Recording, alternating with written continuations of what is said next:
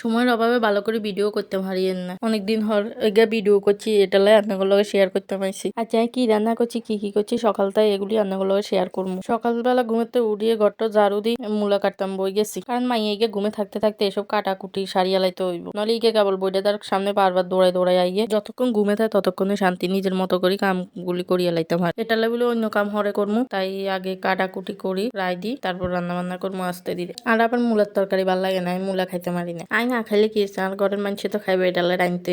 যাই হোক এতক্ষণ হচ্ছে মূলা কাটা শেষ হয়েছে, এবার মূলা এটির ভালো করে কষলাই ধুইতে হইব। মূলা এটি ধুইতে আর ইয়ান দিয়ে আবার ক্ষুধা লাগে গেছে। ইন্দি এত সকালে কেউ উঠে এটালে ব্যাগ করে হালাই থুই অনাই খাইলাম। কালকে রাইতে করিনা রুটি আর আলুর তরকারি গরম করে এটি খাইলাম। আগে খাইলে তারপর স্নান করে রান্না বান্না করবো ব্যাগ কেলে। আই আবার রুটি 2 ক্যানের বেশি খাইতে পারি না, মানুষদের এক বইটার 4-5 কেন খাইয়ালা, কেমনে যে খাই কে কইব। যাই হোক অনেকক্ষণ বক করছি, এবার ভালো করে খাইলো, কারণ ক্ষুধা লাগছে। খাওনটা খাইটাই স্নান করিও চলে আইছি রাইনতাম বলি। শীতের মধ্যে মাথা বেড়া ময়লা হইলে মাথায় গিয়ে ধুইতে যে কি কষ্ট, কি কমু অনেক করে। মাথায় গিয়ে শ্যাম্পু দিয়ে বালা করে ধুই আইছি, চুলেগুলি গাল লগে লাগলে কেবল শীত লাগে। তাহলে গামছা হ্যাঁ আছে বালা করে তুলি রাখা দূরে রাখছি। কথা আছে না, বাঙালির বুদ্ধি বার করতে কোনো সময় লাগে না। তো যাই হোক কানের লগে সানের গল্প করতে করতে আর ইয়ানি মূলাবাজি হয়ে গেছে, মূলাবাজি নামাইও হলাই। হিন্দি আবার আর শ্বশুরে মাছ লই আইছে বাজারের, তাই তেলাপিয়া মাছ আনছে, উল্টাতে বার করে লইছে। উল্টাতে বার করে দিয়ে মাছ এগুন কুড়াই আনছে। কুড়াই আনলে কি হইবে, হেতাকে কুড়া নি বালা হয় না, আমিষ থাই যায় বিতে পিত্ত টিত্ত থাই যায়, এটি আবার ঠিক করে সুন্দর করে ধুইলে অন লাগে। হিন্দি মাছ এগুন ডালি থুই কপি করতাম বই গেছি, কপি দিয়ে মাছ দিয়ে রান্না, কপি দিয়ে মাছ দিয়ে আর খাইতে বেশ ভালাই লাগে। আর আবার ফুলকপিরে বালা করে ভাজি না রান্না আনতে ভাল লাগে না। সবজির মধ্যে সবচেয়ে প্রিয় তরকারি আর ফুলকপি আর আলু। তবে আমি যেমনি রাঁধি না কি এলাই আর মান মতো করে রাঁধি, তো আর মান মতো স্বাদ হয় না কি এলাই জানি না। ফুলকপি কুটলে দেওয়া হয় অনেক রাজ্যের, কিন্তু যখন ভাজি হালাই রাঁধতাম গেলে অল্প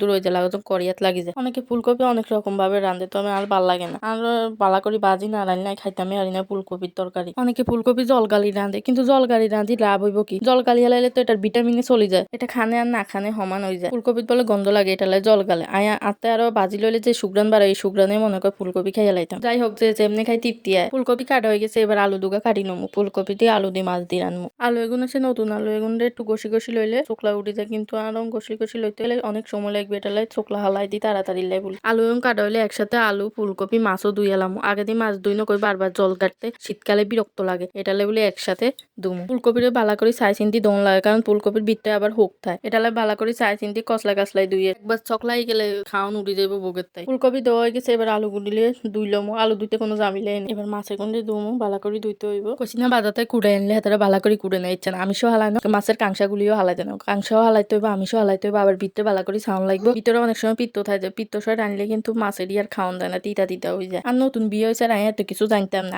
একদিনকে এমনি দুই রান্ধি হালাইছি আর হরে দিয়ে তরকারি ইয়াং খাওয়ান যায় না, তিতা হয়ে গেছে, কেউ খাইতে পারে না। হরে যে আর শাশুড়ি মেয়ে কইছে আর তৈ যাই বুঝতে মারছি। এর হর থেকে মাছ আনলে বালা করে দুই তারপর রান্ধি। আপনাকে এসব জায়গাতে এরকম হয় কিনা জানি না, তবে আমগো এদিকে নেই। ভিডিও বড় হয়ে গেছে এলে রান্নাগুলোকে রান্না করাটা শেয়ার করতে পারিনি, অন্য ভিডিওতে একদিন অবশ্যই শেয়ার করবো।